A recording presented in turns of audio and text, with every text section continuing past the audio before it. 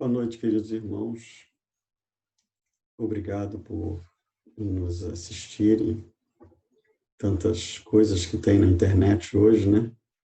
Mas ficamos felizes por vocês estarem nos ouvindo e poderem compartilhar conosco algumas reflexões que a gente vem fazendo. E como o tema é livre, a gente optou por tomar essa reflexão como a nossa proposta de estudo da noite de hoje. Então, o nosso tema escolhido foi Trabalhadores da Última Hora. Então, é uma reflexão, né, que a gente está se propondo a fazer a respeito de qual é o nosso papel, né? Que tipo de trabalho, efetivamente, o Senhor quer que a gente faça. E que hora é essa, né? A última hora que a gente está vivendo. Então, o objetivo essencial é de nós conceituarmos o trabalho que Jesus, como Senhor da vinha, precisa que nós realizemos nessa hora final de transição do nosso planeta. Então, vamos começar refletindo inicialmente sobre a última hora. Ora, o Senhor da vinha, ele apresentou, né? Jesus apresentou a sua tarefa na Terra como sendo a implantação do reino de Deus. E diversas vezes ele faz comparações, né? Analogias do reino de Deus como sendo um semeador que veio a semear, como sendo, né, uma pessoa que tinha uma moeda e que, né, desejava achar aquela moeda. Então, Jesus usou diversas formas de fazer com que o seu reino fosse entendido e compreendido pelas pessoas com linguagens concretas e palpáveis. Mas uma delas é a de alguém que veio semear uma semente e essa semente, então, precisa ser difundida e espalhada por sobre toda a terra. Então, primeiramente, quando se fala de reino de Deus, o que é o reino de Deus? Ora, reino significa um domínio governado por leis e tendo um regente. Então, o reino, no caso do reino de Deus, o regente é Deus e as leis que governam esse reino são as leis de Deus. O que Jesus veio fazer na Terra foi exatamente convidar-nos a admitirmos Deus como sendo o governante essencial de nossas vidas e nos subordinarmos às suas leis para que nós possamos, integrados com a criação, sermos felizes e cada um de nós cumprirmos o papel que nos compete. Então, Jesus veio semear uma ideia, semear conceitos para que a humanidade pudesse se preparar para que um dia o reino de Deus estivesse implantado na Terra. Então, ele compara esse seu trabalho, esse seu ministério, como se fosse uma plantação, uma vinha, né? Uma plantação de uva. E por que ele faz isso? Porque essa implantação, assim como uma plantação de uva, né?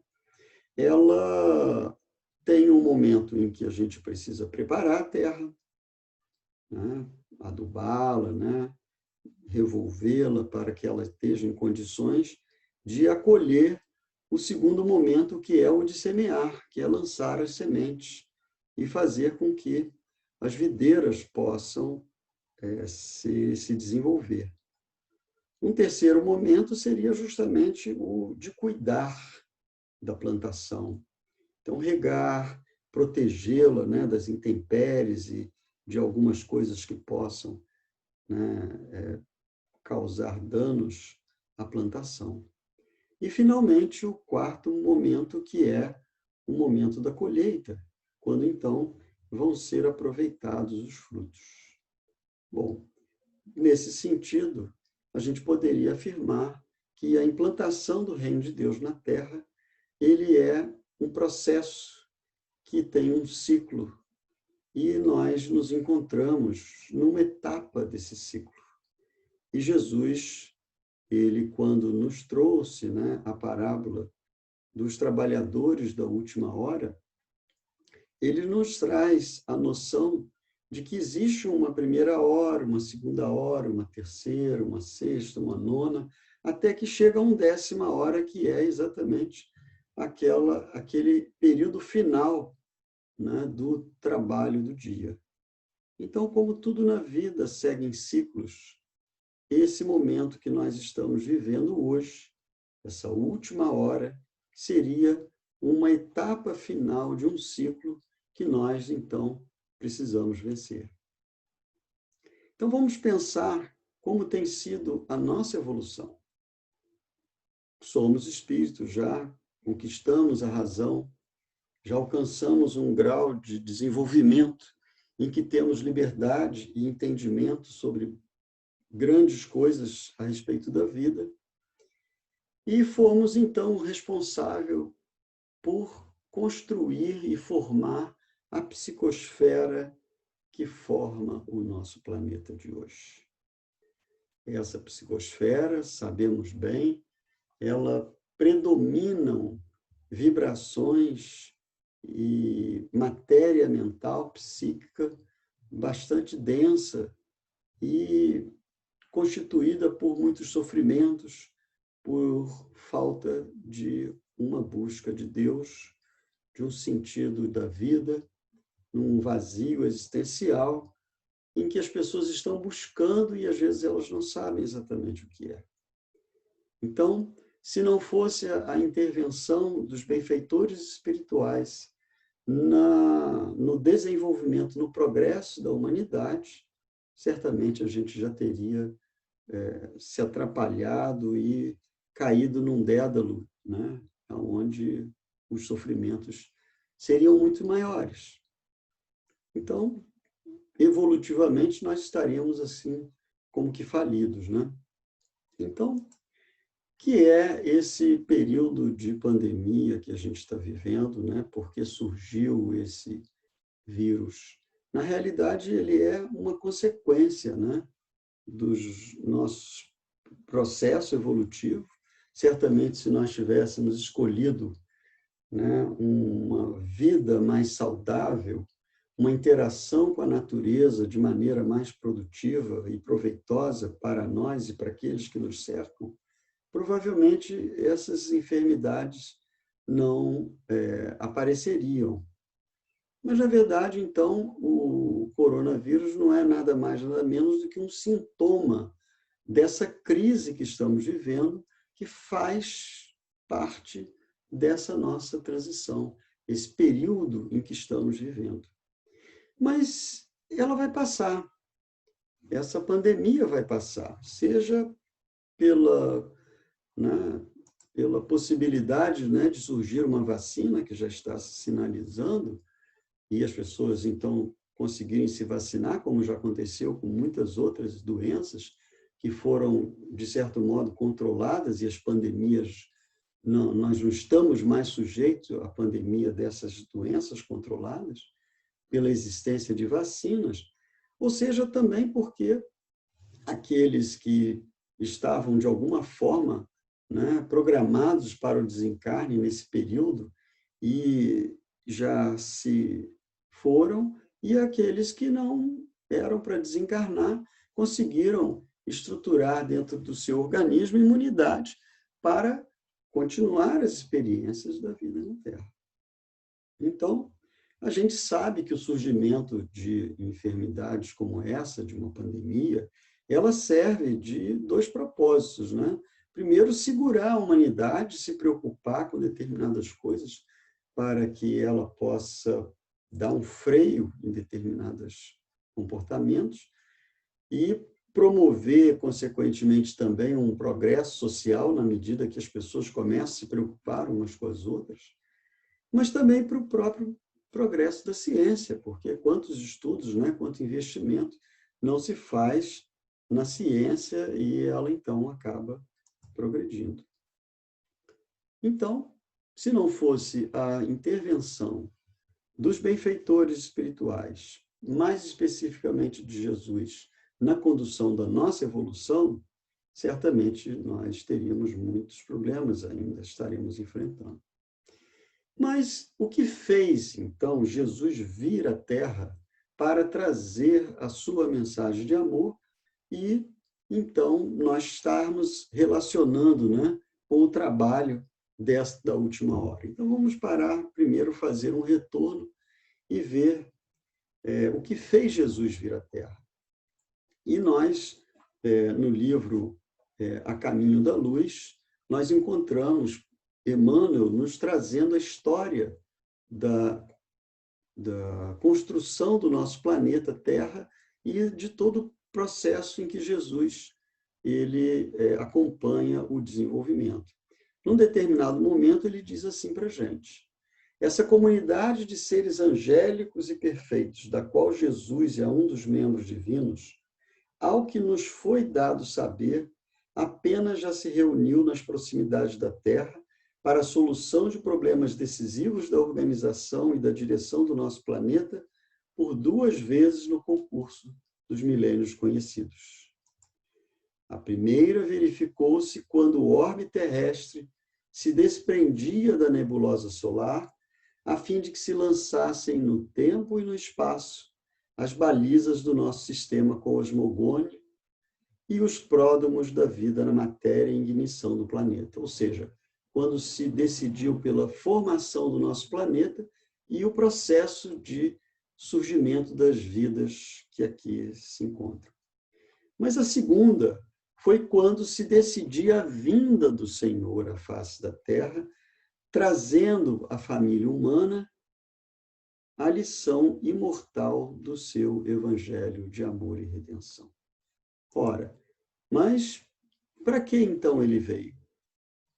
Ele veio, certamente, essa segunda reunião foi decidida, né, que Jesus deveria vir à Terra para atenuar as consequências do nosso processo evolutivo, que pelas escolhas que a gente andava fazendo, se não houvesse a intervenção, né, de um Cristo planetário para trazer as balizas da implantação de um reino de amor e paz, certamente a nossa humanidade teria se perdido.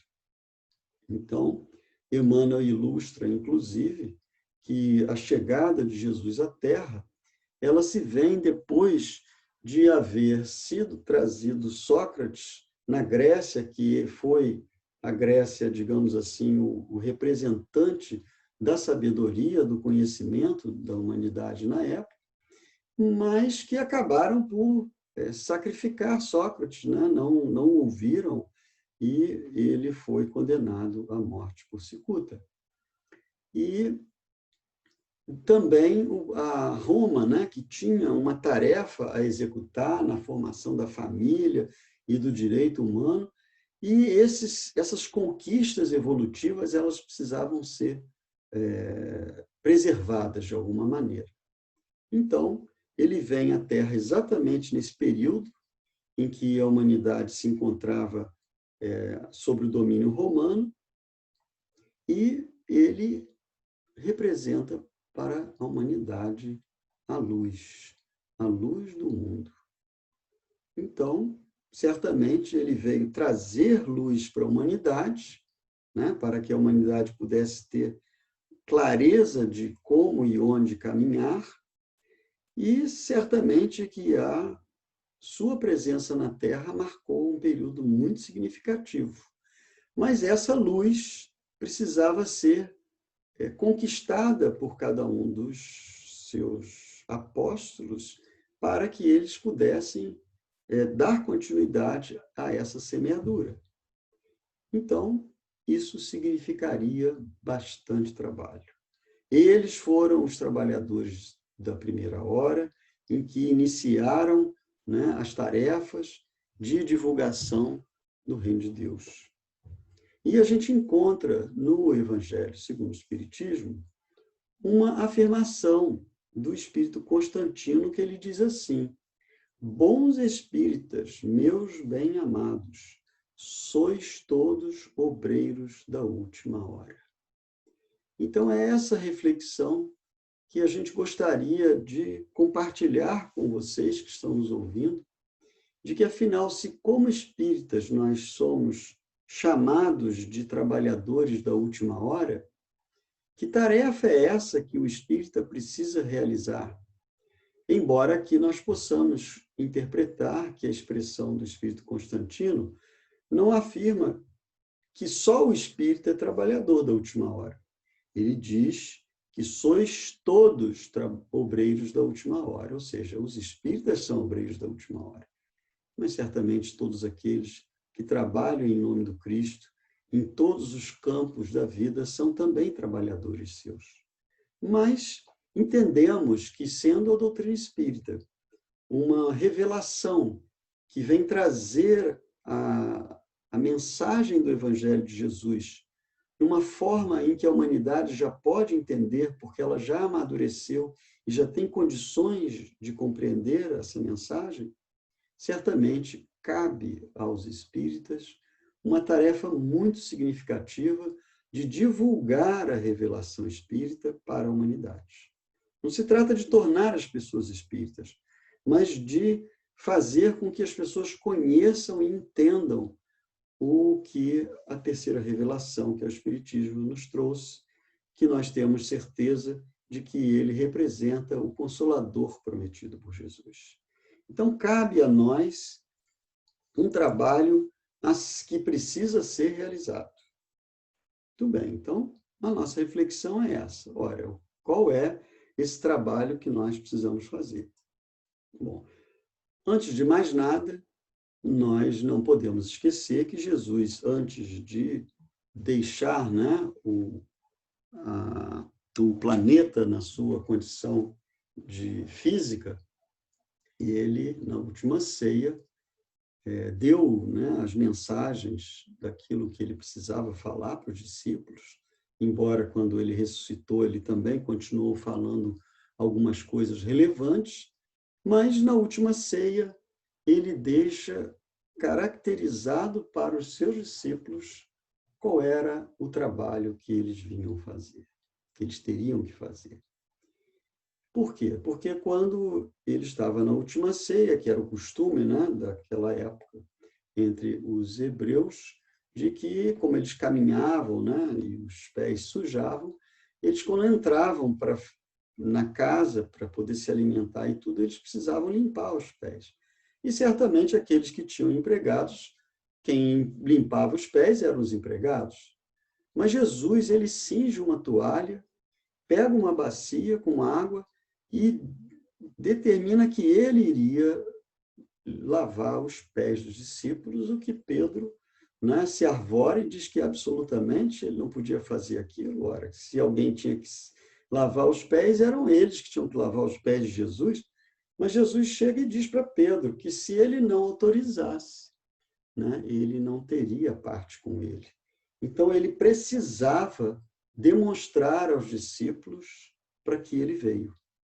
E ele diz que ele não veio para ser servido, mas para servir. Então, ele faz esse gesto, como muitas das coisas, né, de ensinamentos que ele deixou, que parecem até contraditórios, mas eles eram recursos didáticos para nos trazer uma mensagem, né, um conceito que precisávamos incorporar e que precisava ser preservado, né, ao longo da história da humanidade, porque essa passagem ela foi registrada, né, pelos discípulos, pelos apóstolos, pelos evangelistas, melhor dizendo, e eles, então, identificaram que Jesus quis dar esse exemplo de que ele veio para servir. Ora, o que é servir? Uma coisa serve quando ela é útil, porque aquilo que não serve não é útil. Então, o que é servir? Servir é tornar-se útil, tornar-se útil àqueles que estão ao nosso redor e até a nós mesmos. Mas então, o trabalho, uma pista, né, que a gente pode tentar começar, é dizer qual é o trabalho que a gente tem que fazer, nos tornarmos úteis, né? Então, a gente pode considerar que o trabalho do espírita, nessa última hora, nessa fase de transição, é tornar-se uma pessoa útil, útil à sociedade. Então, às vezes, a gente chega e pensa, bom, mas então eu tenho que me envolver, né, nas atividades da Casa Espírita para poder contribuir com a divulgação da doutrina? Certamente que as atividades que nós executamos na Casa Espírita constituem um aprendizado para nós e serve, sem dúvida nenhuma, para o nosso crescimento. Mas a pergunta que a gente faz é, qual o trabalho essencial a fazer? É um trabalho exterior ou um trabalho exterior? Será que o importante é o que fazemos ou como fazemos? Então, nesse sentido, nós, como espíritas, precisamos nos perguntar. Ora, se o trabalho essencial não deve ser o exterior, mas sim o interior, então não é pela multiplicidade de tarefas que a gente executa, ou seja, não é o que a gente faz, o quanto a gente faz, mas essencialmente aquilo que diz respeito à nossa relação sobre como nós fazemos. Porque o que precisa o Senhor como trabalhadores? Ora, ele precisa de pessoas de bem, que pensem no bem, sintam o bem e se determinem a agir no bem de todos. Ora, mas como que a gente pode pensar no bem, sentir o bem e se propor a agir no bem, se esse bem não estiver incorporado dentro de nós? Então, existe um trabalho interior que nós precisamos fazer e que ele é relevante. Por quê? Quanto mais trabalharmos no bem de todos, em verdade, nós também estamos trabalhando no nosso próprio bem. Então, o trabalho essencial é o trabalho interior. E não que isso represente que a gente deva parar o trabalho externo, de forma alguma, porque é exatamente através do trabalho externo que nós nos relacionamos uns com os outros e vamos colocar em ação o esforço que nós estamos fazendo em nos melhorarmos. Então, esse trabalho interior, ele representa uma tarefa essencial e o que mais dificulta a realização desse trabalho são as nossas imperfeições. Elas são o obstáculo, né, que nos impede de realizarmos as coisas da melhor forma possível. Então, se a gente pensar, né, que nós estamos envolvidos também, por exemplo, na casa espírita, mas também na nossa vida pessoal, na vida profissional, na nossa vida no lar. Então, o como que a gente está vivenciando essa experiência na Terra, a maneira como nós estamos nos relacionando com as pessoas com quem convivemos, esse certamente é o como fazemos o trabalho. Então, esse trabalho externo é relevante e, mais importante de tudo, é a maneira como nós estamos fazendo esse trabalho externo. Mas, para que a gente saiba como, nós precisamos fazer um trabalho interior. Então, esse trabalho interior, ele está ligado a valores e defeitos. Ou seja, nós precisamos identificar que valores e defeitos nós possuímos. Então, a começar por isso, podemos lançar mão da pergunta 780 do Livro dos Espíritos, que ele diz assim: o progresso moral acompanha sempre o progresso intelectual? Perguntou Kardec. E os Espíritos disseram: decorre desse, mas nem sempre o segue imediatamente. Ou seja, o progresso moral decorre do progresso intelectual, mas nem sempre o acompanha. Então, nós precisamos do desenvolvimento intelectual para elaborar o progresso moral. Então, nós estamos falando de defeitos e virtudes, que é a construção dentro de nós de valores, de virtudes, né? Construir um progresso moral dentro de nós. Mas nós precisamos entender. É necessário que a gente tenha discernimento. Por isso que Kardec pergunta: como pode o progresso intelectual engendrar o progresso moral? E aí os benfeitores responderam: fazendo compreensíveis o bem e o mal. O homem, desde então, pode escolher, né, entre o bem e o mal. O desenvolvimento do livre-arbítrio acompanha o da inteligência e aumenta a responsabilidade dos atos. Então, aqui está a questão.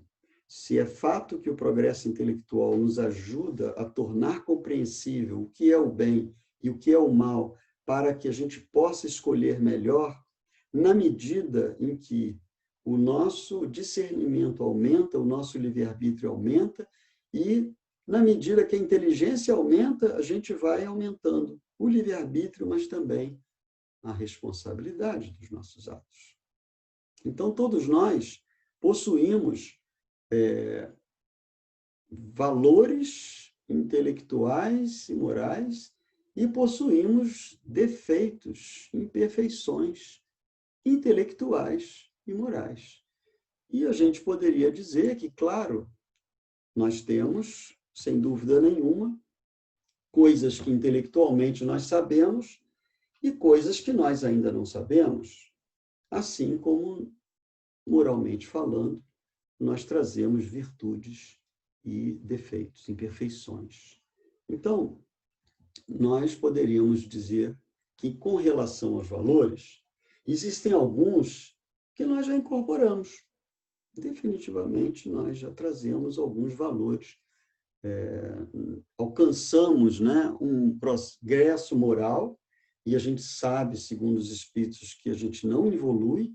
Então, o nosso progresso moral, naquilo que nós já alcançamos, nós temos, então, valores morais incorporados definitivamente. Mas nós temos também alguns outros que estão em processo de interiorização, né? Nós ainda estamos, né, acertando e errando num processo de conquista desses novos valores.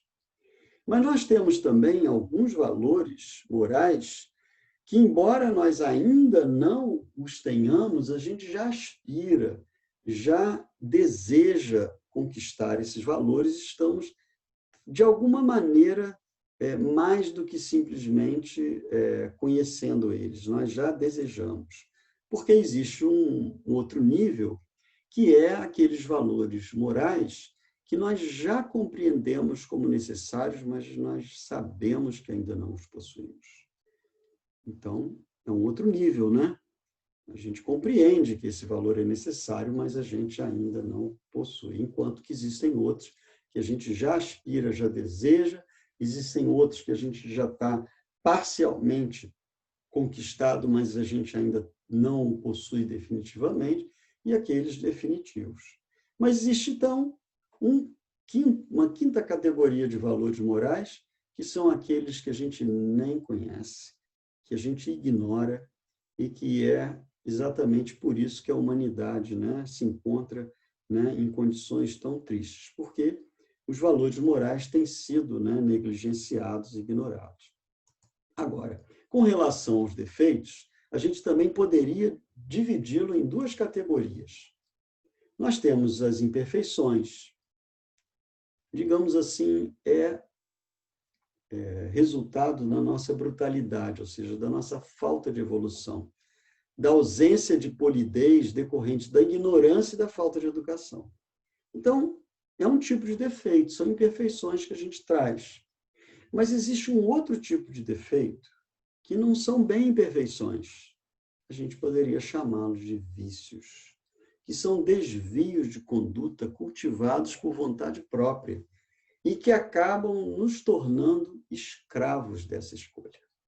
Então, assim como existem os vícios materiais, em que muitas vezes a criatura se dispõe, né, a seguir essa trajetória e, por segui-la, eles muitas vezes acabam se prendendo, né, e se tornando escravos.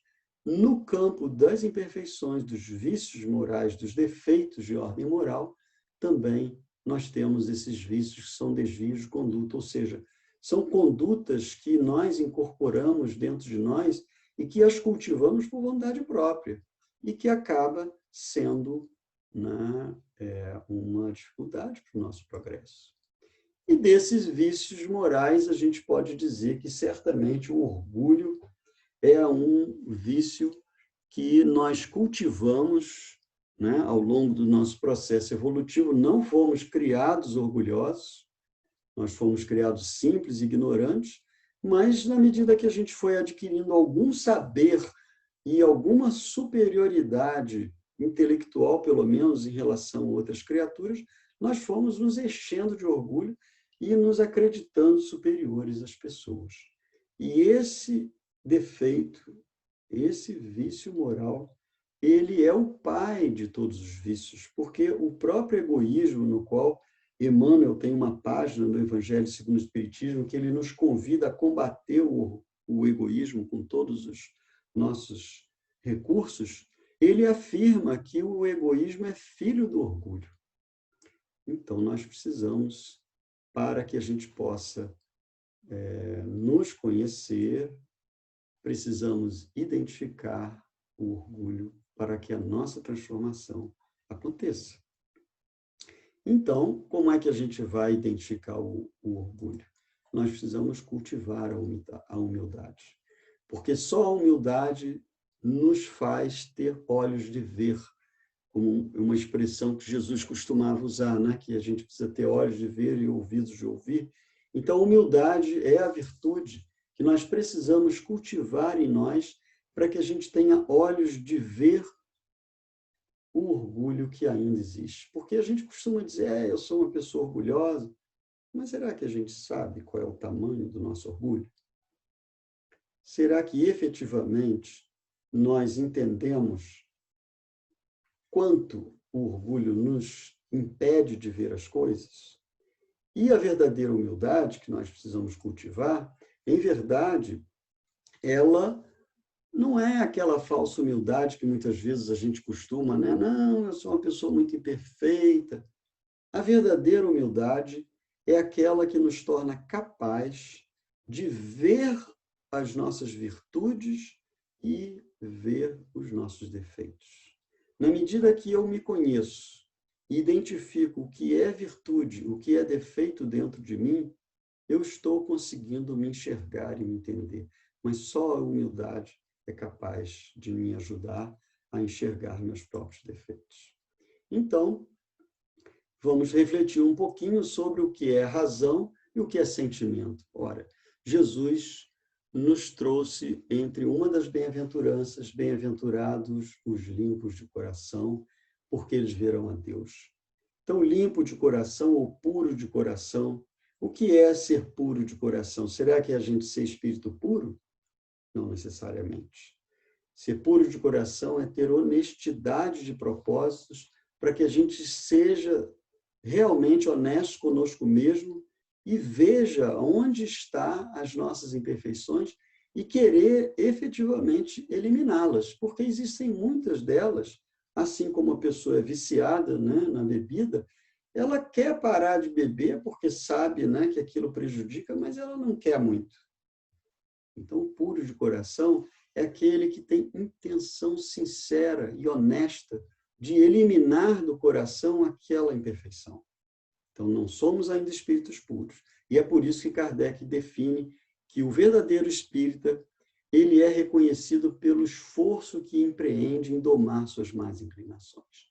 Então, o espírita, ele deveria ser um puro de coração, conhecer a si mesmo, identificar seus defeitos e ter o propósito sincero de eliminar essas imperfeições morais, particularmente os vícios, que esses são os mais difíceis. Então, pureza de coração, a gente poderia dizer que é pureza de intenção, porque a intenção revela onde estão os nossos verdadeiros interesses. Então, se eu estou interessado na minha transformação moral, quero me tornar um homem de bem e ser útil àqueles que me cercam, então eu devo ser honesto comigo mesmo. Então, qual é o trabalho essencial que o Senhor nos convida. É mergulharmos no interior de nós mesmos, buscarmos nos conhecer, entrarmos em contato com as nossas virtudes e os nossos defeitos. Sabermos quais são virtudes e quais são os defeitos. Observar melhor os pensamentos que perpassam nossa mente. Aqui ficou um M a mais. Então, os pensamentos, eles são um reflexo daquilo que nós sentimos. Então, nós dificilmente observamos o que sentimos, mas conseguimos identificar os nossos pensamentos. Então, os pensamentos que perpassam a nossa mente, eles revelam e refletem o que nós sentimos, o que nós trazemos no nosso interior. Então, alcançar as regiões mais profundas do nosso inconsciente, permitindo que a razão as perceba sem negar-se a vê-las. Esse é o trabalho essencial que nós precisamos fazer. Então, conhecer é ter ciência. Conhecimento é luz. Então, Jesus, ele é a luz que veio ao mundo, para que nós possamos ter ciência de nós mesmos, conhecimento da nossa realidade, da nossa essência, a fim de que nós possamos elevar-nos e seguir adiante. Então, o nosso trabalho é iluminar as regiões, dissolvendo a sombra que existem nelas. Então, na medida que a gente identifica, né, a gente adquire coragem de procurar ver as nossas próprias debilidades e imperfeições, mergulhar dentro de nós mesmos e iluminar essas sombras, né, é projetar luz sobre nós mesmos. E, para encerrar, eu gostaria de ler uma página de Emmanuel, do livro Vinha de Luz, no capítulo 5, intitulado Com Amor, em que ele comenta, né, a expressão de Paulo em sua carta aos Colossenses, no capítulo 3, versículo 14, em que Paulo diz: e, sobretudo isso, revesti-vos de caridade, que é o vínculo da perfeição.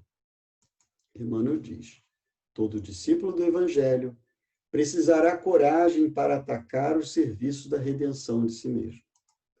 Nenhum dispensará as armaduras da fé a fim de marchar com desassombro sob tempestades. O caminho de resgate e elevação permanece cheio de espinhos. O trabalho constituir-se-á de lutas, de sofrimentos, de sacrifício, de suor, de testemunhos. Toda a preparação é necessária no capítulo da resistência.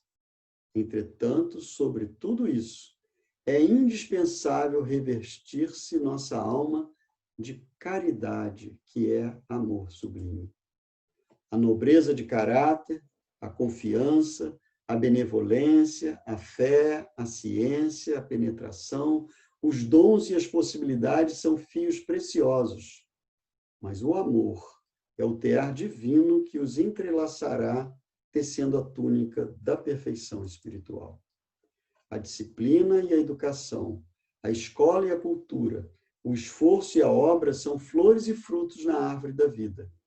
Todavia, o amor é a raiz eterna. Mas como amaremos no serviço diário? Renovemo-nos no Espírito do Senhor e compreendamos os nossos semelhantes. Auxiliemos em silêncio, entendendo a situação de cada um, temperando a bondade com energia e a fraternidade com justiça. Ouçamos a sugestão do amor a cada passo na senda evolutiva. Quem ama, compreende, e quem compreende, trabalha pelo mundo melhor.